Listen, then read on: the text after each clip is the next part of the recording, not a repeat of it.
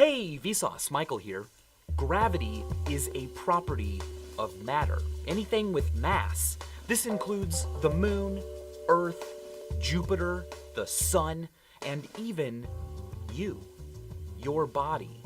In fact, if you kind of like somebody, have them stand 3/4 of a millimeter away from you. At that distance, cumulatively, every atom in your body and every atom in their body will draw you two together with the same gravitational force that the sun is exerting on you right now. Of course, we don't feel either of those forces because compared to the gravitational influence of the Earth, they are basically nothing. You don't need to concern yourself with the gravitational attraction between you and someone you're hugging, or your individual body and the sun 150 million kilometers away. In fact, the sun may as well not exist. What if the sun disappeared? Well, to be sure, it's not going to happen. The sun will die billions of years from now by expanding, boiling off our oceans, and swallowing the Earth whole. The sun is not going to simply disappear. Matter and energy don't vanish. Of course, matter can quantum tunnel to different locations, but on the scale of the sun, there is not enough time in the lifetime of millions and billions of universes for such a probability to even be worth discussing. But let's discuss it anyway, as a thought experiment, to determine how the Earth would get along with no sun. What will the Earth do and what can it do alone? At the exact moment that the sun disappeared, we would have no idea, because it takes light from the sun 8 minutes and 20 seconds to reach Earth. So for a little over 8 minutes after the sun disappeared, we would have no idea. Once we did, confusion and mass panic would most likely ensue. The sun's gravitational grasp on our planet would also take 8 minutes and 20 seconds to end. This is because gravity waves propagate at the speed of light. So, the very moment we saw our sun disappear, we would also lose its gravitational influence, and Earth would fly out in a straight line tangent to wherever it was in its orbit. The finite speed of light and gravity mean that as panic and fear spread across the Earth at the loss of our sun, we could still, for a while, look up into the sky and see our planetary buddies further out, continuing to operate as if nothing had happened. For instance, Jupiter would continue orbiting and reflecting light from a sun that no longer existed for about 30 minutes after Earth already knew the sun was gone. And depending on where Jupiter was in its orbit, it would take another 30 minutes to an hour for us to watch the reflected light of Jupiter snuff out. With no moonlight or sunlight, the universe itself would be our only source of visible light from space. In 2004, Abdul Ahad calculated that the Milky Way contributes about as much light as 1/300th of a full moon. So there would be enough light from space for us to see around a bit. But of course, electricity and fossil fuels would still be usable for a while, so cities and towns could continue to be lit by man-made sources, just like a typical night. Except it would be night everywhere. Photosynthesis would stop immediately, and this is huge. I had a great discussion about this video with Henry from Minute Physics and the new channel, Minute Earth. If you're not subscribed to Minute Earth, you definitely should be. In one of his episodes there, he mentions that 99.9% of the natural productivity on Earth is done by photosynthesis, which requires the sun. Without the sun, plants would no longer be able to inhale carbon dioxide and exhale life-sustaining oxygen. But don't worry. Collectively, all of us humans, all 7 billion of us, breathe in about 6 trillion kilos of oxygen every year. But our atmosphere contains a whopping quintillion kilos of oxygen. So even without photosynthesis, and including all of the other animals and insects and microorganisms that consume oxygen, it would take us thousands of years to run out. The poor plants themselves would be much worse off. Without the sun, most of them would die within days or weeks. Except for large plants. Giant trees, for instance, contain enough sugar for energy that they could technically live in the dark for years. Their problem is going to be that the Earth will get quite cold. In fact, mighty trees would freeze to death, their blood, the water and sap inside them solidifying way before they died of starvation.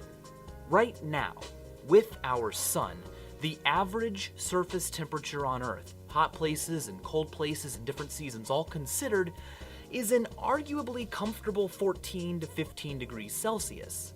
Without the sun to add energy, the Earth would radiate away heat exponentially, meaning it would go fast at first and then happen more and more slowly.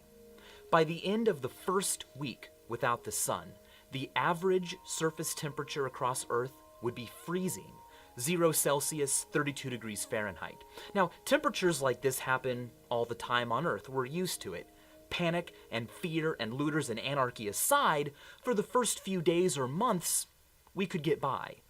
But by the end of the first year without the sun, the average global surface temperature would be negative 73 degrees Celsius, negative 100 Fahrenheit. The best option, really, would be to move to geothermal areas like Yellowstone or Iceland.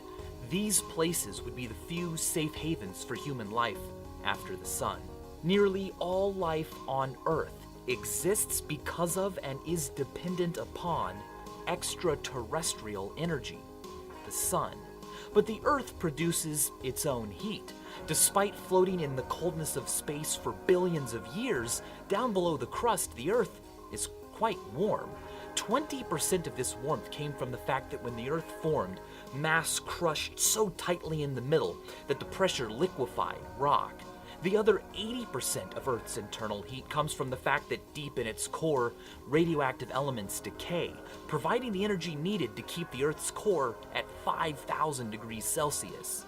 Anyone who failed to secure a position within one of these bastions of warmth, or perhaps underground in a community warmed and powered by nuclear fuel, would likely be dead within the first year of no sun. In the next 10 or 20 years, things would start to get wet with dew, but not with glorious water droplets, instead, droplets of liquid air. The air would literally become cold enough for the gases that make it up to condense, or form clouds and precipitate, first as rain, and then as it got colder and colder, eventually as snow. In Fritz Leiber's famous science fiction short story, A Pail of Air, this has already happened. The Earth was ripped away from the sun, and in order to survive, a family must go outdoors in a special suit and scoop up a pail of just the oxygen snow, bring it back in, and place it over a fire to warm and allow them to breathe. A year or so after the sun disappeared, Earth's oceans will have frozen over, ice all the way across. But ice is less dense than liquid water, which means that ice floats. And ice is a pretty decent insulator. So, for billions of years after the sun disappeared, liquid water could still exist at the bottom of our oceans, protected and insulated from space by miles of ice above it, and warmed by vents on the ocean floor that spew water out, superheated by Earth's interior. This would continue on Earth for a very, very long time, sun or no sun. Instead of becoming frozen and lifeless, extremophiles, like microbes that live around hydrothermal vents deep in the ocean, would be fine. They live deep in the ocean, far below the point where sunlight can penetrate, and they make energy not through photosynthesis, but via chemosynthesis, converting heat and methane and sulfur into the energy they need. They are then eaten by clams and tube worms. Extremophiles deposit minerals back into the vents, meaning that their food chain is complete. It's a circle. It's independent of the sun. Earthlings like them would thrive if the sun were to disappear. They would live just fine without ever knowing that the sun was gone, or honestly, without ever even knowing it existed in the first place. It's amazing to think that life, here on Earth, all alone, flying through space with no sun, would kind of be fine. Far from becoming a frozen dead rock or a boring dormant seed, the Earth would be a spaceship carrying living passengers with enough geothermal heat for billions of years of life. If the sun disappeared, spaceship Earth would fly out in a straight line, covering about 30 kilometers every single second. After just 1 billion years, it will have covered 900 quadrillion kilometers, or about 100,000 light years, a trip that could potentially take it all the way across our galaxy, near thousands of stars, and nothing's to say it couldn't fall into orbit around one, thaw out, and allow its still living extremophiles to proliferate life on Earth all over again.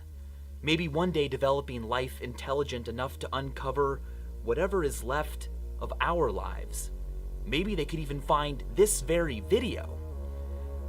In which case, hi, you're welcome for this video about your planet's history and journey. And as always, thanks for watching.